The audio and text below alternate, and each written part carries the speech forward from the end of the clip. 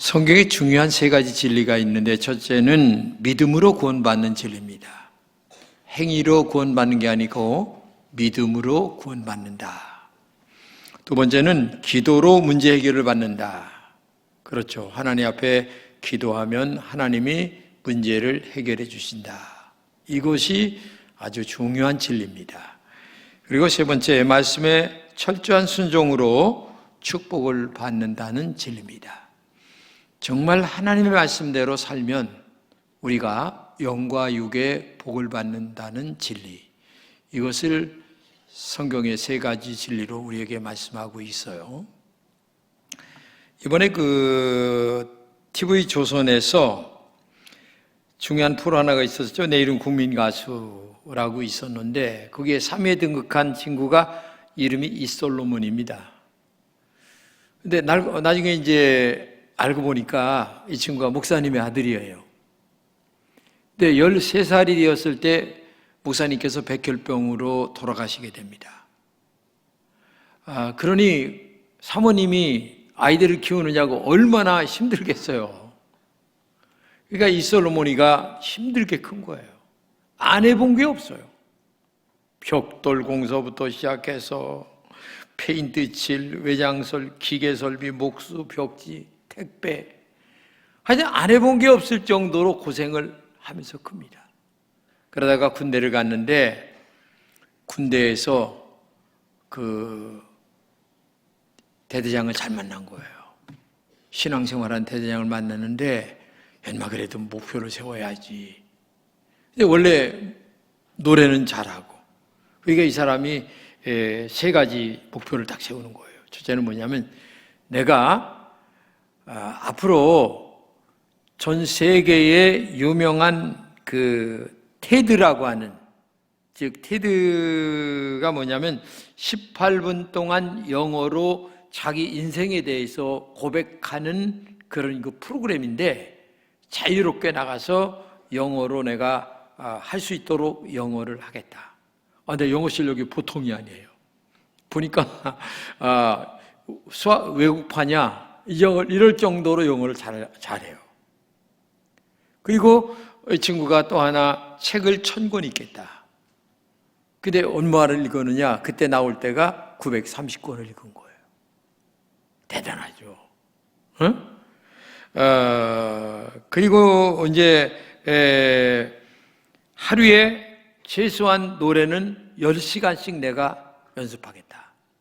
그래서 노래 10시간, 책 1000권 목표, 그 다음에 테드에 나가서 영어로다 자기가 10년 후에는 충분히 하겠다라고 하는. 근데 얼마나 열심히 살아가는지 말할 수가 없어요. 아버지가 돌아가신 다음에 너무 힘드니까 딴 생각까지 한 거예요. 죽을 생각까지.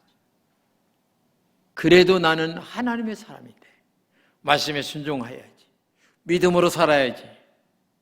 난 철저하게 믿음으로 살아갈 거야 하면서 하나님 앞에 기도하면서 그런 목표를 가지고 했는데, 놀랍게도 이번에 3위를 한 거예요.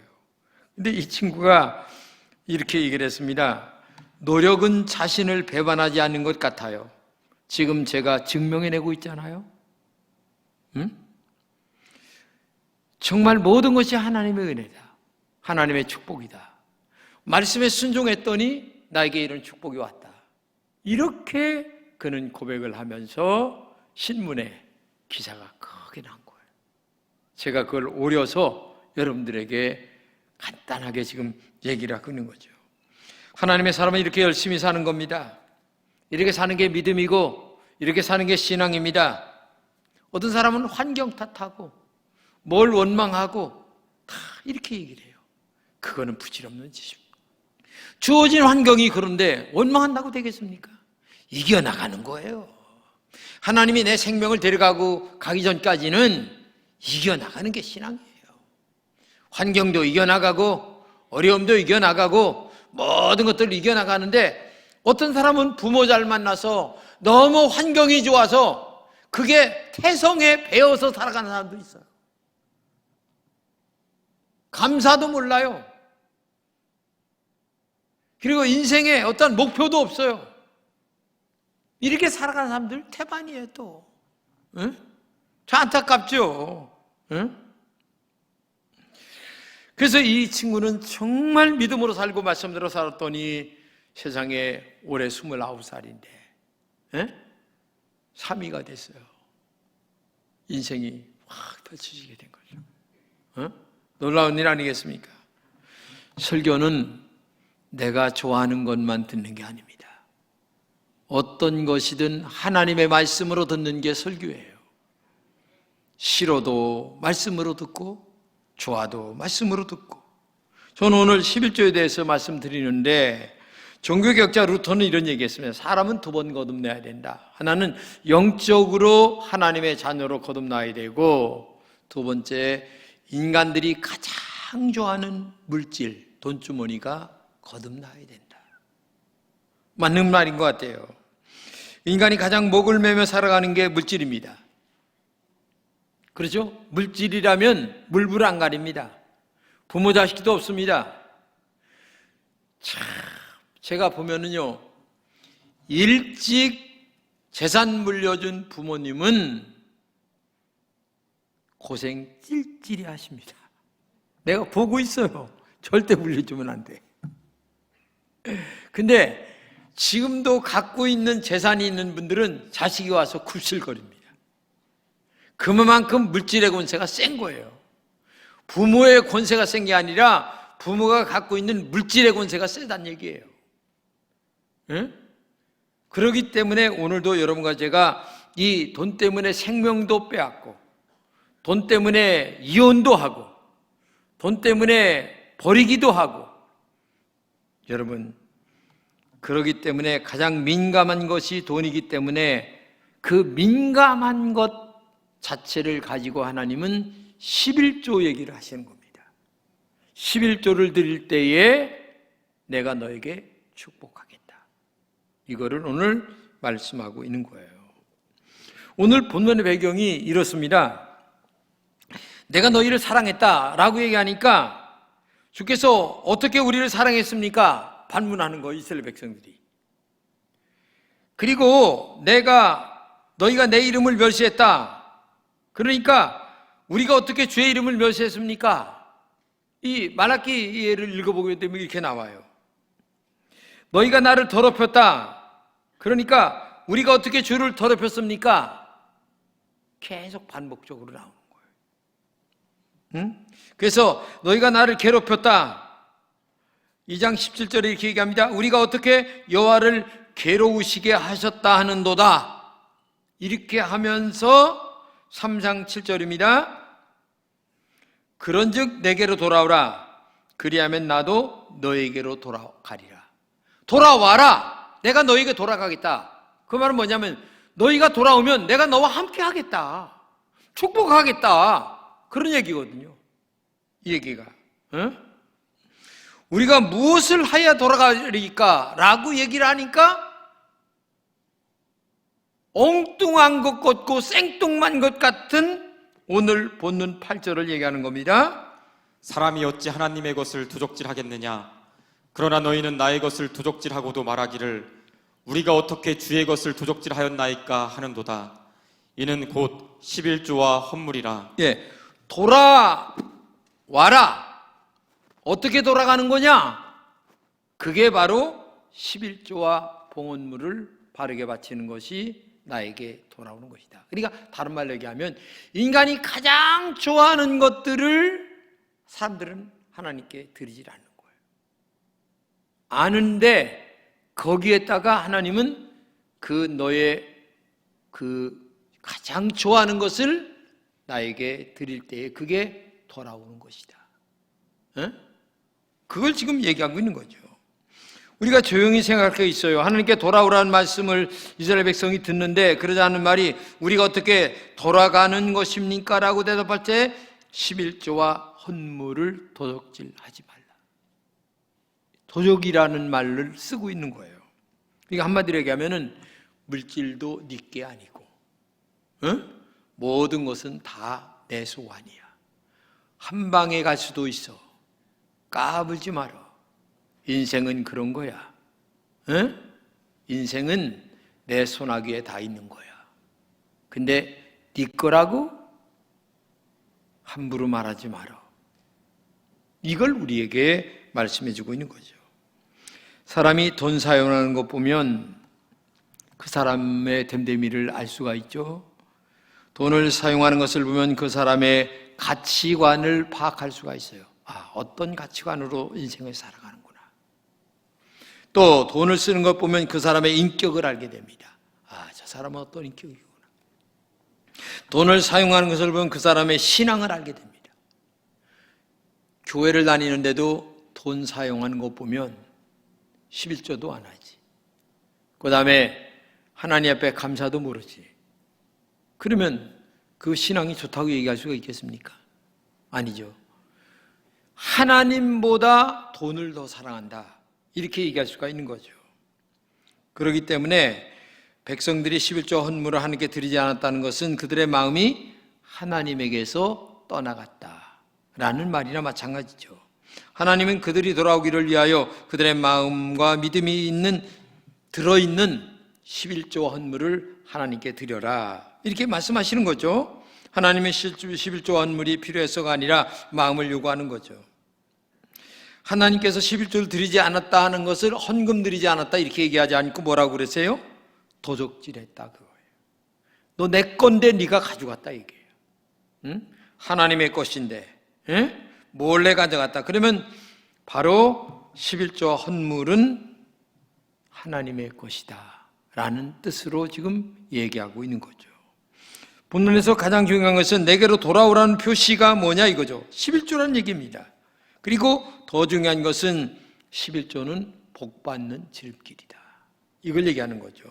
한마디로 11조는 나는 하나님이라는 표시입니다. 하나님께 11조를 드리는 것은 나의 하나님은 하나님이십니다, 이거를 표시하는 영적 자세가 11조라는 얘기입니다. 왜? 인간이 돈을 제일 좋아하는 거니까. 그 중에서 10분의 1을 하나님께 드린다는 것은 정말 네가 나를 사랑하는구나 하는 표시고, 그것까지 다 뺏어가면 어떻게 되겠습니까? 나 사랑 안 하는 거야. 말로만 사랑하는 거지 실제 마음은 딴 데가 있어. 돈에 가 있는 거야. 지금 얘기하는 거죠. 자, 오늘 본문 10절을 이하를 한번 보겠습니다. 만군의 여호와가 이르노라. 너희의 온전한 11조를 창고에 들여 나의 집에 양식이 있게 하고 그것으로 나를 시험하여 내가 하늘문을 열고 너희에게 복을 쌓을 곳이 없도록 붙지 아니하나 보라. 만군의 여호와가 이르노라. 내가 너희를 위하여 메뚜기를 금하여 너희 토지 소산을 먹어 없애지 못하게 하며 너희 밭에 포도나무 열매가 기한 전에 떨어지지 않게 하리니 너희 땅이 아름다워짐으로 모든 이방인들이 너희를 복되다 하리라. 만군의 여호와의 말이니라. 네, 여기 시험해보라고 하는 말이 있습니다. 시험해보라. 그러니까 11조를 드리면 내가 너를 축복하나 안 하나 시험해봐라, 이렇게 얘기합니다. 근데 이 시험이라고 하는 말을 제가 원어로 사전을 이렇게 찾아보니까 두 가지 얘기로 나와요. 하나는 시험하다, 이거를 영어로 얘기해야 좀 테스트하다, 그 다음에 트라이하다, 이런 얘기로 옆에다가 써놨어요. 그 다음에 입증하다, 프로브라고 하는 말로 써놨어요. 그러니까 시험하다, 입증하다, 내가 너희들에게 정말 복을 줄 것이다 라는 것을 확실하게 하나님께서 약속하는 얘기죠. 진짜 정직하게 하나님 앞에 잘 떼어서 바칠 때에 하나님이 축복해 준다. 그래서 구약 성경에서 검사나 시험을 받거나 시험하는 것은 하나님의 백성이 되는 특권의 일부분으로 의미하는 뜻을 지금 갖고 있는 거죠. 그렇기 때문에 얼마나 답답하면 시험해 보라는 말까지 했을까 하는 생각을 참 가져봅니다. 그러면 어떤 복을 주실까? 첫째는 하늘문을 열어주신다. 오늘 본문에 내가 하늘문을 열고 라는 말은 11조를 하면 하늘문을 연다는 것은 은혜를 너에게 부어주겠다. 상상도 못하는, 생각도 못하는 은혜를 부어주셔서 하나님의 범사에 형통케 하는 은혜를 너에게 주겠다. 이렇게 말씀하고 있는 거죠. 그렇기 때문에 순종하면 반드시 11조 드리게 되어 있고, 그 다음에 그런 자들에게는 하나님이 하늘의 문을 여셔서 축복해 주겠다. 두 번째는 복을 쌓을 곳이 없도록 부어주신다. 이렇게 말씀하고 있습니다. 복을 쌓을 곳이 없도록 부어주신다고 하는 말은 넘치는 복, 그리고 모자람이 없는 복을 얘기합니다. 1,000만 원을 벌었는데 이상하게 1,200만 원이 나가요. 그러면 복이 아닙니다. 500만 원 벌었는데 300만 원 나가고 200만 원 저축하게 돼. 그러면 그게 복이에요. 남는 게 복이에요. 여하튼 많이 버는 게 중요한 게 아니고 남는 게 복이라는 얘기예요. 남는 게. 이게 하나님은 바로 복을 쌓을 것이 없도록 라는 말은 남게 하신다. 이거를 우리에게 말씀하고 있는 거죠. 세 번째는 황충의 피해를 받지 않게 한다. 11절 보세요. 내가 너희를 위하여 메뚜기를 금하여 너희 토지 수산을 먹어 없애지 못하게 하며. 나는 구약의 10가지 재앙 속에 메뚜기만 봤는데 몇 년 전에 보니까 메뚜기가 우리나라에도 상륙했잖아요. 보니까 메뚜기 진짜 지나가면 싹 쓸어. 아무것도 없어요. 진짜 어떻게 그렇게 뜯어먹습니까?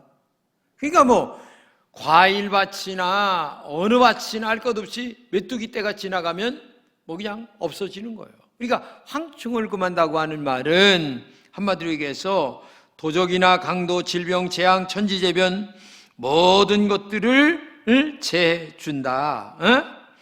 태풍이면 속수무책이죠. 이런 것들을 제해서 하나님께서 정말 우리의 삶을 이끌어 주시고 아름답게 만들어 주신다라는 표시로 우리에게 말씀해 주고 있는 거고요. 네 번째는 토지의 수산을 기한 전에 떨어지지 않게 한다.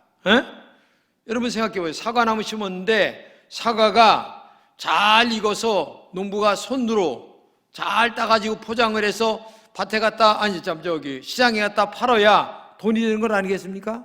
근데 손으로 따기 전에 바람 불어 떨어지고 병들어 떨어지고 못 떨어지고 안 된다는 얘기죠.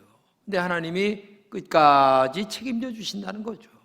모든 농사 지을 때에 책임져 주시고 직장 다닐 때에도 책임져 주시고 모든 것들을 하나님의 은혜로 책임져 주시는 은총이 여러분들에게 임하시기를 축복합니다. 사실 우리가 11조는 없어도 힘든 분 있어요. 그거 있어야 사는 분도 있어요. 진짜. 근데 그거 드려도 넉넉한 분들 많아요. 그런데도 왜 못 드는 줄 아세요? 인색해서.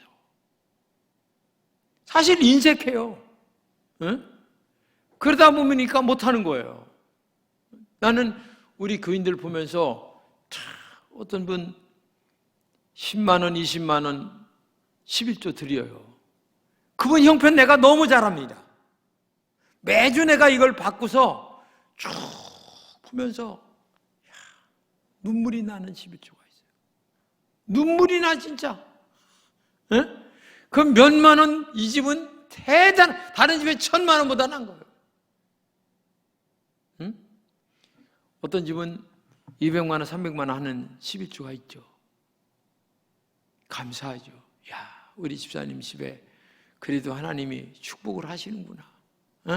감사하다. 이렇게 기도도 하고. 그러니까 희비가 엇갈리는 거야. 그 명단을 이렇게 보면서 기도할 때. 희비가 엇갈려. 어떤 집은 너무 눈물 나. 어떤 집은 너무 감사해서 눈물 나. 감사해서 눈물. 11조가 늘어나. 자꾸 늘어나는 은혜. 얼마나 축복입니까?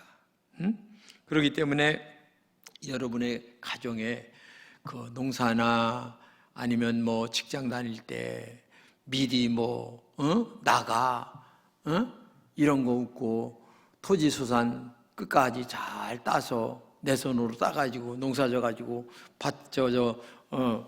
시장에 갖다 팔 정도의 은혜가 임한다면 그거 얼마나 감사한 일이겠어요. 그런 것들을 얘기하고 있는 거죠.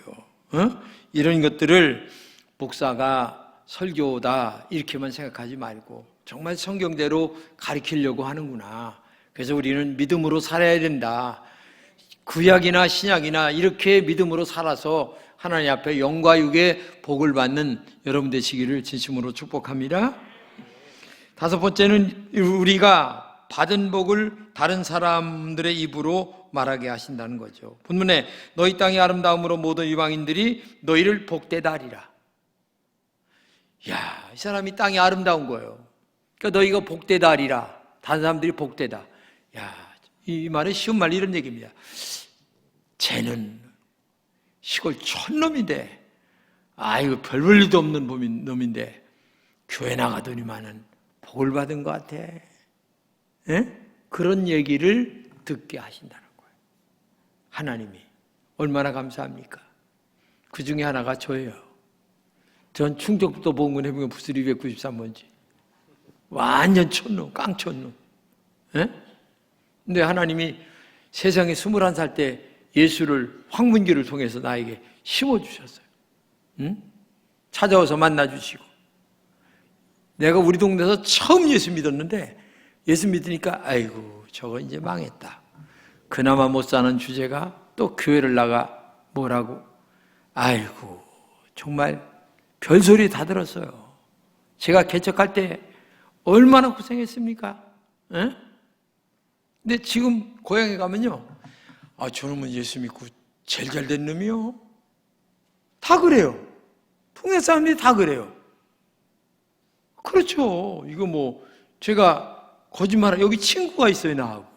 어? 계속 나하고 밥같이 먹는 친구가 있는데 거짓말 할래 할 수가 없어요. 사실이니까. 에? 이거 뭐 사실이에요. 그러니까 마지막에 결론은 아 예수 믿고 복 받은 놈이야 저놈은. 제가 우리 동네에 몇 년 전에도요 버스 한 대 대절해가지고 우리 동네 어르신들 다 놀러 갔다 오라고 돈 대주고 다 하고 하니까 얼마나 좋아하시는지 몰라요. 어? 그래서 그때도 그 얘기를 하시는 거예요. 어? 다들 뭐 눈에 지금도 보고 있는 거니까 다 같이 보고 있는 거니까. 어? 이삭의 경우 그랄 왕 아비멜렉이 찾아와서 이렇게 얘기합니다. 여호와께서 너와 함께 계심을 분명히 보았다. 너는 여호와께로부터 복을 받은 자로다. 이삭이 하도 잘 되니까 아비멜렉 와가지고서 야 하나님께 넌 정말 복 받았다. 이런 얘기를 듣게 만든다는 얘기죠. 저 사람은 하나님을 믿더니 복 받았다. 저 사람은 교회 다니더니 복 받았어. 이런 얘기를 듣는 여러분 되시기를 축복합니다. 그래서 신앙생활은 복받게 예수 믿어야 돼요. 옛날보다 훨씬 더 잘 돼야 될 줄로 믿습니다. 난 그렇게 믿어요. 그러니까 그 말은 하나님 말씀대로 순종하면 되는 거예요. 뭐 다른 게 없어요. 믿음으로 살면 되는 거예요. 그렇기 때문에 여러분들도 그런 은혜가 있기를 축복합니다. 어떤 성도가 11조 받침으로 6번 놀랐대요. 첫째 뭐냐? 11조를 받침으로 자기 신앙이 확고해져서 놀랐다. 야, 내 신앙이 이렇게 컸어? 야, 대단하네. 둘째는 11조 바치고도 나머지로 넉넉하게 살아가는데 놀랐고, 셋째는 하나님의 사업을 위해서 드릴 수 있다는 자신의 능력에 대해서 놀랐고, 넷째는 11조 드리니 더 드릴 수 있다는 담력이 생겨서 놀랐고, 다섯째 11조 드리면서 자신의 생활이 더 부유해져서 놀랐고, 여섯째 이런 축복을 진작 받을 걸 후회하면서 또 놀랐다는 거예요. 왜 진작 이렇게 못했을까? 에? 우리 교회 오셨던 법무부 장관이고 안기부 장 지냈던 그 장로님 아시잖아요. 아버지가 너무 어려워서 기도할 때에 이 양복이 없어서 기도를 못했다. 그렇게 어려웠는데 그러나 우리 팔남매는 제발 복을 달라고 했는데 세상에 그 형 김명규 장로님도 국회의원 2번 지냈고 이분도 그렇게 지냈고 다들 대학 교수. 그래서 그분들은 1년이면은 연초에 시집간 딸, 자식들, 그 다음에 아들, 손자, 손녀들 할 것 없이 호텔에서 다 모인다는 거예요. 그리고 아버지의 그 신앙에 대해서 다시 한번 아주 그냥 손자들한테 이렇게 살아왔으니 너희들도 이렇게 살아라. 확실하게 얘기를 한다는 거예요. 그래야 축복이 된다. 응? 얼마나 멋있는 얘기입니까? 응? 이런 간증거리가 11조를 통하여 여러분들에게 있기를 진심으로 축복합니다. 나는 우리 금천교회 모든 성도들은 잘 됐으면 좋겠어요. 목사가 잘 되는 게 뭡니까? 교인이 잘 돼야 목사가 잘 되는 거지 뭐 별 수 있어요? 응? 교인이 잘 돼야 되는 거예요. 그래서 저는 제 기도할 게 없어요. 저는 회개 기도만 맨날 하고 여러분들 잘 되기 위해서 기도하는 것밖에 없어요. 나는 여러분들이 영육간에 잘 되어서 땅에서도 복을 받고 하나님의 나라에 가서 상급을 받는 이런 그 온전한 11조 생활이 여러분들에게 기쁨으로 할 수 있는 은혜가 있기를 진심으로 축복합니다. 기도하겠습니다. 하나님 감사합니다. 우리 금천의 모든 성도들에게 정직하고 온전한 11조 생활 다 해서 영과 육의 복을 받는 주의 종들이 되게 하여 주옵소서.